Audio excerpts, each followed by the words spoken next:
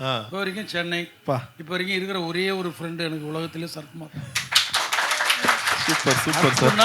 நட்புன்னா அது மட்டும்தான், மற்றவங்களாம் யாருமே கிடையாது. எங்களுக்குள்ள 1008 பிரச்சனை வரும், பேச்சு வரும். ஆனால் எல்லாமே ஒரு மாதம் அப்படி தான். கொஞ்ச நேரம் பேசாமல் அடம் முடிச்சுன்னு இருப்போம், 2 பேரும் பேச மாட்டோம், அப்புறம் பேசுவோம். ஏன்னா உண்மையான நட்போ இதை வந்தால் நடிப்பு நட்பு தான் எப்போ பரிசிச்சின்னே இருக்க முடியும். உண்மையான நட்பு கொஞ்சம் ரோஷம் வரும் இல்லையா, என்ன நடந்தாலும் கொஞ்சம் ரோஷம் வரும், அந்த ரோஷம் இதெல்லாம் நடக்கும். ஆனால் இன்றைக்கும் நான் சொல்கிறேன், என் நண்பர் சாதிக்க பிறந்தவர், அவர் சாதனை பண்ணியே தீர்வார். அதுக்காக தான் நாங்கள் எல்லாருமே, இவங்களை எல்லாரும் ரசிகர் மன்றத்தில் ஏன் இவ்வளோ பேர் சேர்த்து வச்சுக்கிறேன், அவர் சாதிக்கணும்னு தான். அவர் எங்களுக்கு வழிகாட்டினார், நாங்களும் இன்றைக்கி பெரிய பேர் எடுத்துட்டோம், மேலே வந்துட்டோம். ஆனால் இருந்தாலும் எங்களுடைய லட்சியம் அவர் சாதிக்கணும். அகில இந்திய லெவலில், உலக லெவலில் அவரோட பேர் வரணும். அதுக்கு பின்னாடி நாங்கள் இருந்தன்ற பேரும் எங்களுக்கும் வரணும். நிச்சயமாக எங்களுடைய